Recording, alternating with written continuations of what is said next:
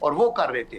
تو اس لیے میرے خیال میں نے آج بھی اس کے اوپر ٹویٹ بھی کیا ہے کہ حکومت کو چاہیے کہ پرو ایکٹیو ایک پریمپٹیو اسٹریٹجی پہلے تو کرنی چاہیے تھی, یہاں تک نوبت ہی نہیں آنی چاہیے تھی. اور اب جب یہ آ گئی ہے تو آپ پارلیمنٹیرین ڈیلیگیشن, حکومت کے لیول پہ, پرائم منسٹر کے لیول پہ, ڈپلومیسی کے لیول پہ, ڈیاسپورا کے لیول پہ اپنے لنکیجز کانگریس کے ساتھ بڑھائیں, اور وہاں ہمارے بھی کوئی حق میں بولنے والے بندے ہونے چاہیے کہ یہ ملک تو زیر عطاب رہا, آپ نے تو اس کو تباہی کے دانے پہ لے گئے. سوویت یونین کو نکالا تو آپ نے پریسنل امینڈمنٹ لگا دی, اور اب جو ہے یہ آپ کو پورا تعاون کر کے دعا کے مذاکرات ہوئے, تو ابھی بھی سارا وہ خون جو آپ کے ہاتھ رنگے ہوئے ہیں وہ ہمارے منہ کو اوپر لگانا چاہتے ہیں. تو یہ ایک سیریس ڈیولپمنٹ ہے, اور اس کے اوپر پاکستان کو احتجاج بھی کرنا چاہیے اور ویل ان ٹائم مووز کرنی چاہیے فارورڈ, اپنے دوستوں یاروں سے صلاح بھی کرنی چاہیے. ابھی دیکھیں یہ نیوکلیئر کی بات بھی کر رہے ہیں, ان کو یہ سوٹ نہیں کرتا کہ سی پیک چلے, ان کو یہ سوٹ نہیں کرتا کہ پاکستان کے پاس, یہ کہتے ہیں کہ ابھی آپ چونکہ طالبان کو یہ ہے وہ ہے, ہم نے ابھی تسلیم بھی اس لیے نہیں کیا کہ سارے اکٹھا کریں. تو یہ کہتے ہیں نہیں جی آپ چونکہ ان سے ملے ہیں تو آپ کے تو یہ جو نیوکلیئر ویپن ہے یہ بھی ان کے پاس چلے. یہ سیریس ایلیگیشنز ہیں, اور جو بین الاقوامی پیس کیپنگ ادارے ہیں وہ ان کی مٹھی میں ہیں. رائٹ, یہ مطلب ہے تفعیلی ادارے ہیں. تو دیٹ از دی ریزن کہ ہمیں ضرور موو کر کے اپنی کوشش کو کرنا چاہیے, پرو ایکٹیو اسٹریٹجی, اور ہلیں جلیں. یہاں بیٹھ کے ایک دوسرے کے اوپر بلیم گیم, اور انٹرنلی لوگ غربت و افلاس کا شکار ہیں, ان کو کرنے دیں. انٹرنلی لوگوں کو اکانومی کو بہتر کریں, اور ایکسٹرنلی ڈپلومیٹک لیول کے اوپر اس تھریٹ کو ایورٹ کریں جو کہ اب بلڈ ہو رہی ہے. سر آپ نے خود بھی فرمایا کہ تسلیم نہ کرنے کی وجہ, تو خاص طور پہ اگر میں آپ سے سوال کروں کہ چائنا, رشیا, ایران, پاکستان تسلیم نہ کرنے میں ڈیلے کا کیا ریزن ہے؟ دیکھیں وہ بھی یہی چاہتے ہیں. دیکھیں بات یہ ہے کہ آج آپ مانے نہ مانے, امریکہ ایک دنیا کی سپر طاقت ہے, معاشی لحاظ سے بھی اور ملیٹریلی بھی, اور ہر ملک کے اپنے اپنے مفادات ہیں. رشیا کی کوئی اکانومی اتنی زیادہ اچھی نہیں ہے. چائنا جو ہے اس کی پالیسی ہے پیسفل کو ایگزسٹنس, وہ لمبا سوچتے ہیں, وہ اکراس دی ہاریزن دیکھ رہے ہیں, اور وہ نہیں چاہتے کہ کوئی کلیش اس سٹیج کے اوپر ہو. آلدو چائنا ساؤتھ چائنا سی میں بھی جو ہے ابھی آپ نے دیکھا کہ انہیں آسٹریلیا کو نیوکلیئر پارٹ سب مرین دی ہے. تو یہ ساری پرووکیشنز ہیں نا, ان کو پرووک کرنے کی بات ہے. پھر یہ ڈرامہ کہ یہ شاید تیوان پہ حملہ کرنے والے ہیں, تو اس لیے وہ گھیرا تنگ کریں گے چین کے اگینسٹ. اور چونکہ یہ الائنمنٹ کے اندر چین پاکستان کا دوست ہے, اور یہ سی پیک جب بنا تھا تو ان امریکنز نے کہا تھا کہ آپ نے ریڈ لائن کراس کی ہے. وہ نہیں چاہتے کہ چائنا اکنامکلی بھی ایک سٹرانگ جو ہے دنیا کا مضبوط ترین ملک بن جائے. تو اس لیے Pakistan, Iran, China, Russia, even Turkey, ان کے پیچھے یہ ہومان کریں گے. اور اس میں ہنود و یہود و نصارہ, یہ سارے ابھی آپ دیکھیں امریکن کی ساری جو ڈیپ سٹیٹ انسٹیٹیوشن ہے, میڈیا ہے, وہاں یہودی چھائے ہوئے ہیں, اور ابھی انڈین بھی وہاں بڑے ایفیکٹو ہیں. تو ان کی تو پہلے آپ نے دیکھا کہ انڈین کے اندر صفحے ماتم بچھی ہوئی تھی. ابھی یہ پریشانی جب انہوں نے ان جرنیلوں کو بٹھا کے پوچھا سینٹ کے اندر کہ جی آپ نے کیوں سچی بات نہیں بتائی, آپ تو بتاتے رہے کہ ہم کامیاب ہوتے رہے, اور الٹیمیٹلی جو فوج آپ نے کھڑی کی تھی وہ آپ کے وہ ہاؤس آف کارڈز کی طرح کرمبل کر کے گر گئی ہے. Nobody told Americans, or they did not know, or they did not want to know کہ یہ جو ہے ان کی ایتھنک الائنمنٹ ہے آپس میں, اور افغانستان میں کبھی بھی اسٹرانگ سینٹرل گورنمنٹ نہیں رہی, اور دی مومنٹ ایگریسر چھوڑے گا تو یہ سارے ایک ہوں گے, اور کبھی بھی یونیفائڈ اس طرح نہیں ہوں گے, چھوٹے موٹے پرابلم ہوتے رہیں گے. لیکن پاکستان کے لیے یہ بڑی سیریس سچویشن ہے, یہ بڑی ہمارے لیے ہیومیلیٹنگ ہے کہ وہ ہمیں سنگل آؤٹ کر رہے ہیں کہ جی آپ ان کو دیکھیں کہ ان کی انوالومنٹ کیا تھی. اور یہ حالانکہ ابھی 10,000, یہ ابھی ہمارا انفارمیشن منسٹر کہہ رہا تھا کہ تقریباً 10,000 ان کے لوگوں کو ہم نے ایویکویٹ کر کے پاکستان کے تھرو واپس بھیجا ہے. ایک لفظ نہیں کہا انہوں نے سلالہ پہ حملہ کر کے ہمارے سپاہی مارے. ہماری قربانیاں کسی, جب سوویت یونین گیا تو اس وقت بھی انہوں نے کیا کیا کہ پریسلر امینڈمنٹ پاکستان کے اوپر لگا دی. تو مطلب یہ ہے کہ یہ ایک جانے پہچانے ہیں, ان کی عادات کا ہمیں پتہ ہے, لیکن اپنے سروائیول کے لیے پاکستان کو میں نے آج سجیسٹ کیا ہے کہ آپ کی ایک جوائنٹ پارلیمنٹری سیشن ہونا چاہیے, جائنٹ سیشن کے اندر پرائم منسٹر کے اور حکومت کے ہاتھ مضبوط کرنے کے لیے یہ کٹی والی بات چھوڑ دے پرائم منسٹر اور اپوزیشن کو ساتھ ملا کے اس کے اوپر ڈائلاگ ہو اور پھر ایک کھڑے سی سے پلائی دیوار کی طرح کھڑے ہوں اور بہترین ڈپلومیسی کریں تاکہ دشمن کو یہ موقع نہ ملے کہ آپ کے وہ حصے بکھرے کرنے میں انڈیا پیش ہوگا کہ ہم آگے جائیں. پہلا کام وہ کریں گے ڈی نیوکلرائز کرو پاکستان کو. وہ کرنے کے بعد پھر وہ انڈیا کو شاید دیں گے کہ ہم کچھ نہیں کرتے, آپ یہ فنگر کریں, آپ وہ کریں. افغانستان کو بھی ڈی اسٹیبلائز ہونے دیں گے. آپ یہ سوچیں 9/11 کے کہتے ہیں نقصانات کو پورا کرنے کے لیے ہم نے $7 بلین افغانیوں کے فریز کر لیے, لیکن کوئی ان سے پوچھے کہ جو افغانستان کا نقصان ہوا ہے اینٹ سے اینٹ بجا کے رکھ دیا ہے, جو جانیں ضائع ہوئی ہیں, اگلے دن بھی 10 ان کے سیولین آپ نے مارے ہیں, جو پاکستان کا نقصان ہوا ہے اس کی کمپنسیشن کون کرے گا؟ اور اگر آپ افغانستان کے ساتھ ابھی آپ کو ریئلائز ہوا ہے کہ ہم نے ظلم کیا, اس کے اندر آئے تھے اور پھر آپ ہزیمت میں واپس گئے ہیں, تو خدا کے لیے ڈونٹ اس پہ رستے میں روڑے نہ اٹکائیں. ادروائز اگر افغانستان بے روی کا شکار ہو گیا تو صرف پاکستان پھر سفر نہیں کرے گا, پھر پوری ریجن بھی کرے گا, دنیا بھی کرے گی. سر اس اور پورے یہ آسان کام نہیں ہے کہ جنرل صاحب اس پورے سناریو میں OIC کا کیا رول ہے؟ عرب ممالک کہاں ہیں؟ دیکھیں بڑا افسوس سے مجھے کہنا پڑتا ہے کہ اگر ہم سارے اکٹھے ہوتے, عرب دنیا کا یا مسلم دنیا کا سب سے بڑا پرابلم ہے کرائسس آف لیڈرشپ ہے. کسی کوئی ایک لیڈر جو پہلے شاہ فیصل تھے یا اس طرح آگے آ کے بولنے والے لوگ ہوتے تھے, ساتھ ہمارے مختلف شاہ حسین تھے, سوئے کارنو تھے, ساؤتھ کے اندر وہ ہم ایدی امین اینڈ آل دیٹ, بہت سے لوگ جو ہیں, شہنشاہ ایران تھے, یہ سب ہم اکٹھے مل کے, کرنل قذافی تھے اور جمال عبد الناصر تھے. ابھی وہ راک کے اس ڈھیر میں کہتے ہیں نا شعلہ ہے نہ چنگاری ہے, آپ نے وہ ان کے اوپر تکیہ کرے. کئی لوگ کہتے ہیں کہ عرب دنیا کے اندر اتنا مال ہے, اتنی ریسورسز ہے, آئل ہے, گیس ہے, 60% اسٹیٹ آف ہرموز اور اسٹیٹ آف ملاکا سے گزرتے ہیں, لیکن مال اور دولت سے قومیں جو ہے نا وہ سٹرانگ نہیں ہوتی. صرف آپ کو وہ علامہ اقبال کا بڑا اچھا شعر ہے, میں آپ کے ناظرین سے کروں. انہوں نے کہا تھا کہ سبب کچھ اور ہے تو جس کو خود سمجھتا ہے, زوال بندہ مومن کا بے زری سے نہیں, گر جہاں میں میرا جوہر آشکار ہوا, کلندری سے ہوا ہے تونگری سے نہیں. دیٹ مینز کہ آپ کے اندر وہ ایمانی طاقت اور پرنسپلز اور اسٹرینتھ آف کیریکٹر ہے جو آپ قوموں کو آگے لے کے جاتی ہے.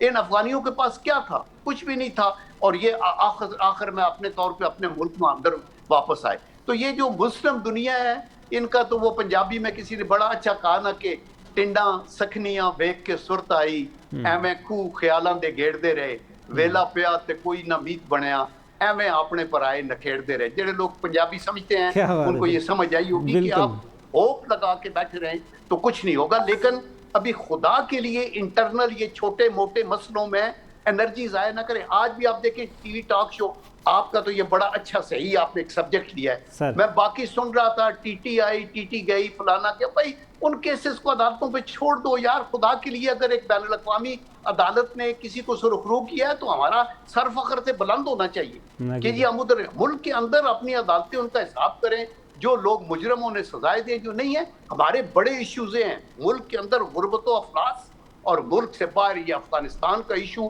اور ہمارے خلاف جو ہمارے نیوکلیئر کے اوپر, ہماری جو اسٹرینتھ کے اوپر, ہمارے جو سی پیک کے اوپر جو اٹیک ہے, ان کو اوورٹ کیسے کرنا ہے. اور وہ جوائنٹ سیشن میں ہی ہو سکتا ہے, وہ پارلیمنٹ ہی بتا سکتی ہے. پرائم منسٹر سولو فلائٹ پہ نہ جائیں, ان کو ساتھ وہ ہو جائے نا, تو پھر آپ وہ ایک احمد ندیم قاسمی کے ایک شعر پہ میں آپ کو کہنا چاہتا ہوں.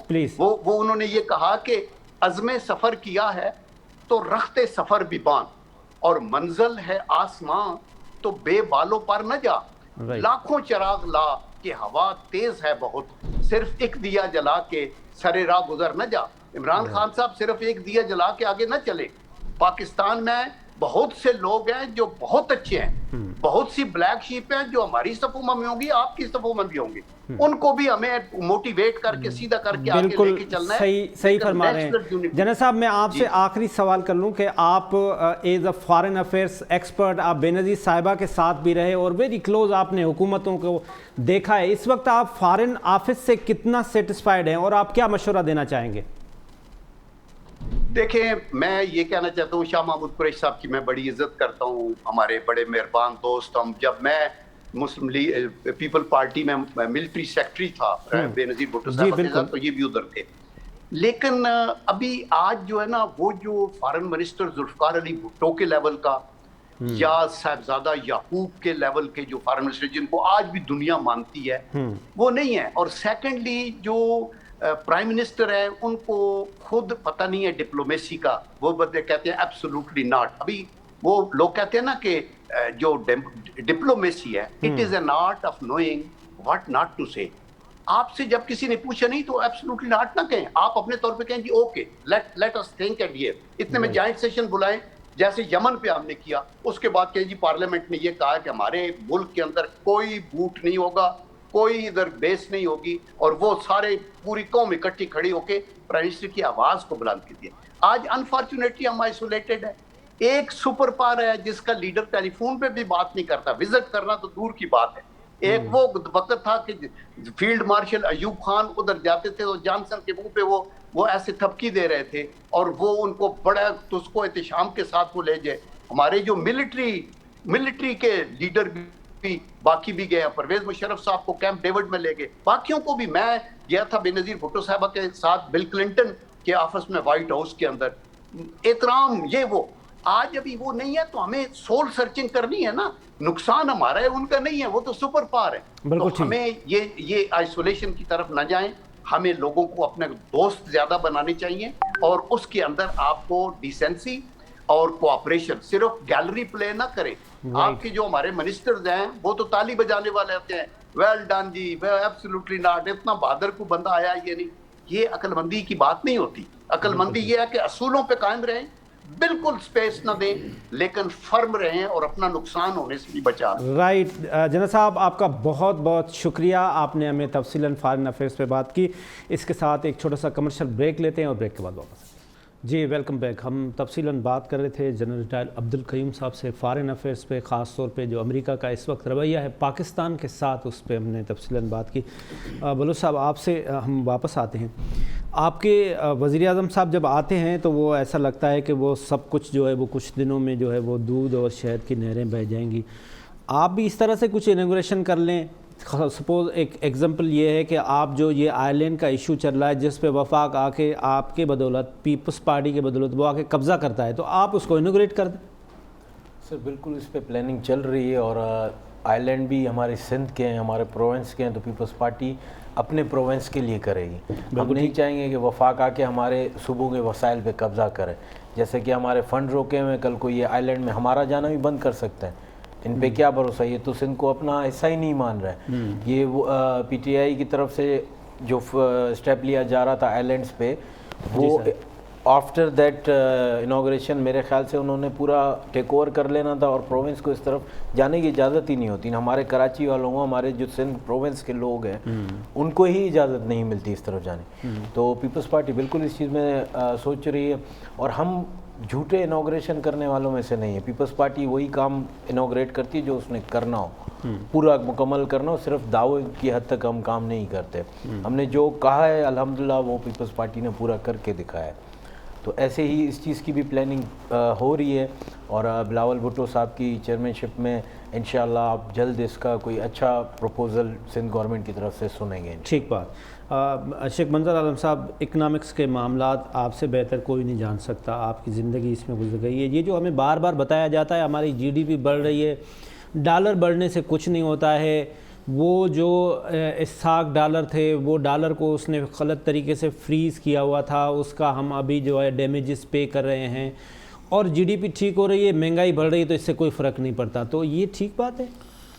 سر میں نے یہ پہلے بھی ایک مختصراً آپ کے پروگرام میں یہ کہا تھا سر کہ ایک جھوٹ ہوتا ہے, ایک سفید جھوٹ ہوتا ہے, اور تیسرے سرکاری اعداد و شمار ہوتے ہیں. دیکھیں عام آدمی کو ان فگر کے اسٹاک ایکسچینج کے یا جی ڈی پی کے یا اس سے کوئی سروکار نہیں. اس کی اصل جو ضرورت ہے کہ اس کے گھر میں چولہا جل رہا ہے کہ نہیں جل رہا, اس کے بچے تعلیم حاصل کر رہے ہیں کہ نہیں کر رہے, اس کا معیار زندگی بلند ہو رہا ہے کہ نہیں ہو رہا.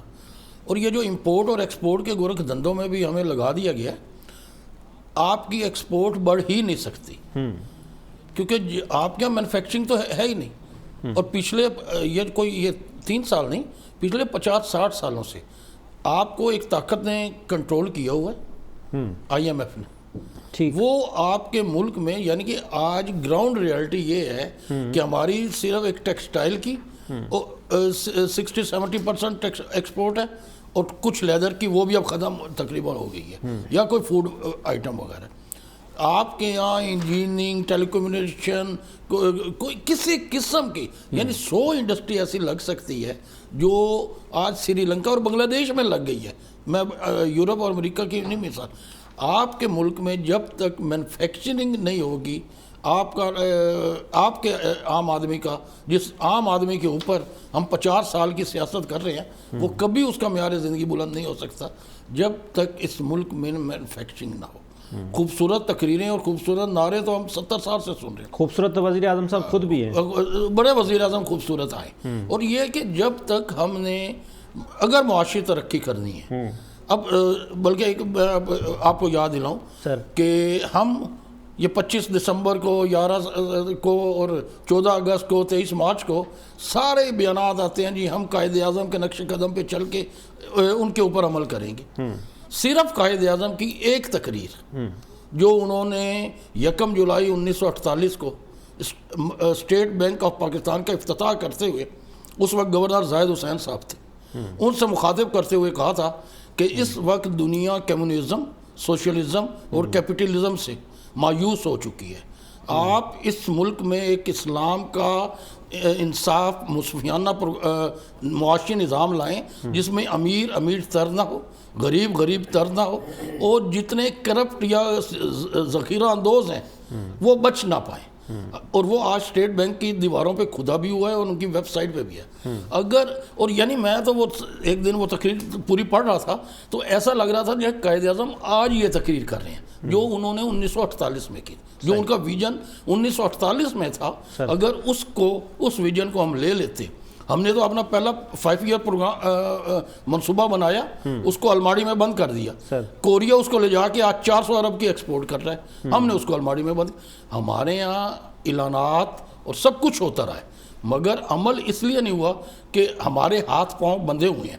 ابھی تھوڑا میں جلد قیوم صاحب نے امریکہ اور ان کے تعلق بڑی اچھی باتیں کی، اور ان میں ایک اضافہ کرنا چاہتا ہوں۔ میں آپ کے پاس واپس آتا ہوں، ایک منٹ کا کہ ذوالفقار علی بھٹو صاحب نے اس چیز کو سمجھا تھا، اور 1974 میں پہلی بار اسلامی سربراہ کانفرنس لاہور میں انہوں نے منعقد کی تھی، اور شاہ فیصل اور ذوالفقار علی بھٹو اس کے مین کردار تھے۔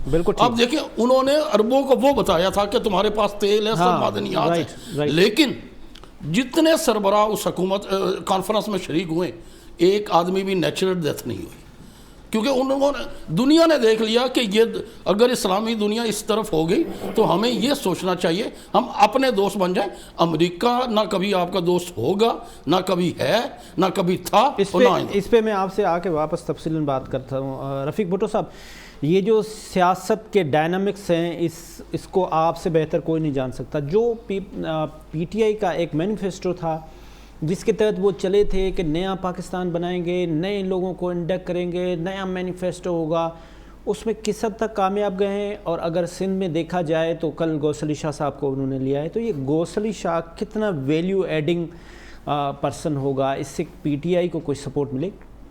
حسین صاحب دیکھیے، تحریک انصاف کی جو حکومت ہے وہ یو ٹرن سے بھری ہوئی ہے۔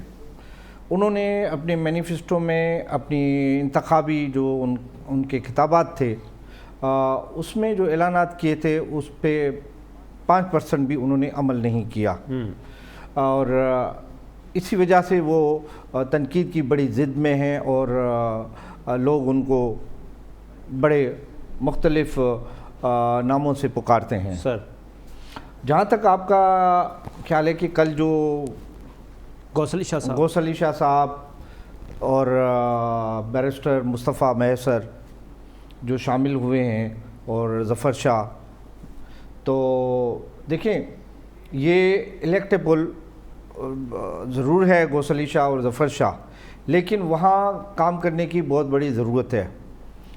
گوث علی شاہ اس وقت جیتے تھے جب جنرل ضیاء کا دور تھا اور پیپلز پارٹی جو ہے وہ بائیکاٹ میں تھی، وہ ایک ان کو مرحلہ مل گیا. اور ہمیشہ غوث علی شاہ کا جو مقابلہ ہوتا ہے وہ سید قائم علی شاہ سے ہوتا ہے، کیونکہ ان دونوں جو ہیں اے کے بروہی کے جو اس وقت کا بہت بڑا وکالت کا نام تھا، وکیل تھا، ان کے یہ دونوں ایسوسیٹ تھے، جونیئر کہیں یا ایسوسیٹ تھے، اور ان دونوں کا پھر الگ الگ ایک وہ ہوا. تو اتنا کچھ نہیں دے پائیں گے کیونکہ خود تحریک انصاف سندھ کے اندر جو ہے وہ بڑی کنفیوژن کا شکار ہے، اور یہاں ان کے کئی گروپس ہیں. اب کس کو وہ فالو کریں گے؟ یہ اتنے بڑے سینئر ہیں، کیا ان کے پیچھے حلیم عادل شیخ صاحب چل پائیں گے؟ کیا ان کے پیچھے ارباب رحیم چل پائیں گے؟ کیا گورنر سندھ یا یہ خود ارباب رحیم کے پیچھے اور حلیم عادل کے پیچھے چل پائیں گے؟ اب دیکھنا یہ ہے، کیونکہ یہ جو رہے ہیں سیاست میں، ان کا اپنا بھی ایک حلقہ تھا سندھ کے مختلف اضلاع میں، ان کی اپنی سیاسی جان پہچان ہے اور لوگ ان کو مانتے. اگر آپ کیا اوپینین ہے کہ اگر یہ خیرپور میں سے الیکشن لڑتے ہیں اگینسٹ قائم علی شاہ یا منظور وسان، تو یہ پی ٹی آئی کے پلیٹ فارم سے وہاں سے جیت جائیں گے؟ مشکل ہے نا. دیکھیں خیرپور ایک تو ان کو پیر پاگارا کی سپورٹ چاہیے، کیونکہ یہ پہلے پیر پاگارا کے بہت قریب تھے. اب یہ جی ڈی اے کے چھوڑ کر باضابطہ طور پر پی ٹی آئی کو انہوں نے جوائن کیا ہے. اس وقت حالات دیکھیں گے کہ پی ٹی آئی کون سے اتحاد میں آیا، جے یو آئی کے ساتھ آیا، جی ڈی اے کے ساتھ آیا، فنکشنل لیگ کے ساتھ ان کا اتحاد بھی رہتا ہے یا نہیں رہتا. اس کے بعد یہ باقی پیپلز پارٹی کے مقابلے ہمیشہ اس کے ساتھ ہوئے ہیں، یہ کبھی نہیں جیتے. یہ آپ سمجھتے ہیں کہ جو پی ٹی آئی کا ٹارگیٹ ہے وہ پیپلز پارٹی کا الیکٹیبل نہیں ہے، وہ جی ڈی اے کو زیادہ ٹارگیٹ کر رہے ہیں، تو وہ کیا پیپلز پارٹی کے ساتھ ان کا کوئی الائنس تو نہیں ہے؟ پی ٹی آئی اور پیپلز پارٹی کا سائلنٹ آپس میں کوئی ایگریمنٹ کہ ہم نے جی ڈی اے کو ڈیمیج کرنا ہے؟ دیکھیں کل اور پرسوں سے جو اسلام آباد میں باتیں ہو رہی ہیں سر، جو 2023 کا جو ڈیزائن بن رہا ہے، اس میں ایک آپشن یہ بھی ہے کہ پیپلز پارٹی اور پی ٹی آئی مل کر کوئی کولیشن گورنمنٹ بنائیں فیڈرل گورنمنٹ میں، اور سندھ دوبارہ جو ہے پیپلز پارٹی کے پاس جائے، اور اس طرح کی کوئی ڈیزائن بن رہی ہے اور اس پہ باتیں ہو رہی ہیں. کیونکہ ان کے آگے جو اصل مقابلہ ہے وہ ہے نواز شریف، وہ ہے خاص طور پہ پنجاب مسلم لیگ نون. کیونکہ گزشتہ تقاریر میں اشارے بھی دے چکے ہیں عمران خان صاحب کہ جی ہمارا جو سینٹر آف پالیٹکس ہے وہ پنجاب ہے. اور کل جو یہاں آئے ایک اشارہ وہ بھی دیکھے گئے کہ سیاسی اختلاف اپنی جگہ، یہ پہلی مرتبہ سندھ آ کر یا وفاق سے آ کر پہلی مرتبہ جو ہے عمران خان وزیر اعظم صاحب نے کہا ہے کہ جی سیاسی مخالفتیں اپنی جگہ، ترقی میں ایک دوسرے کا ساتھ دیں. ہاں بالکل صحیح. یہ اور لیکن اس میں دکھ کی ایک اور بات ہے کہ اس پورے پروگرام کو، وزیر اعظم کے پروگرام کو وفاقی وزراء نے ہائی جیک کیا، یہاں تک کہ اپنے گورنر کو بھی اس تقریب میں بولنے نہیں دیا. ہمارے وزیر اعلیٰ سندھ جو صوبے کے چیف ایگزیکٹو ہیں ان کو بولنے نہیں دیا گیا. یہ ایک بڑا دکھ دائق ہو رہی ہے. اچھا بلوچ صاحب، اصل میں ایسا تھا کہ میں بھی اس ایونٹ میں تھا. پہلے جو ہے وہ وفاقی وزیر ریلوے نے بات کی، انہوں نے پوری سب کچھ جو ہے وہ پی ٹی آئی کو دے دیا. پھر پرائم منسٹر صاحب آئے اور انہوں نے کہا کہ نہیں ہم مل کے کام کریں گے. تو کیا آپ سمجھتے ہیں کہ آپ جو ہے وہ سائلنٹلی ووٹر کے ساتھ بے وفائی کر رہے ہیں؟ ایک تو آپ الیکٹیبلز کو اٹھا رہے ہیں، جو الیکٹیبل ہے عام آدمی جو جی اے بھٹو کرنے والا ووٹر تھا. اب آپ کا وہ فوکس نہیں ہے، آپ کا الیکٹیبل فوکس ہے، اور جو آپ کو فیڈرل گورنمنٹ میں لے کے جائے وہ بھی. یہ آپ کے اوپر الزام ہے کہ آپ مانتے ہیں کہ یہ ٹھیک ہے؟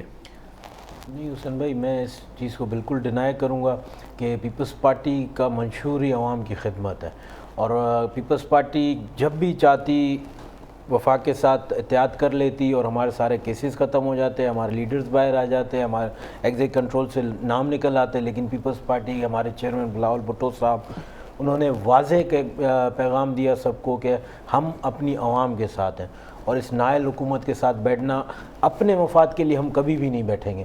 ابھی بھی اگر ہم بیٹھے تو ایک پاکستان کی بہتری کے لیے بیٹھیں گے.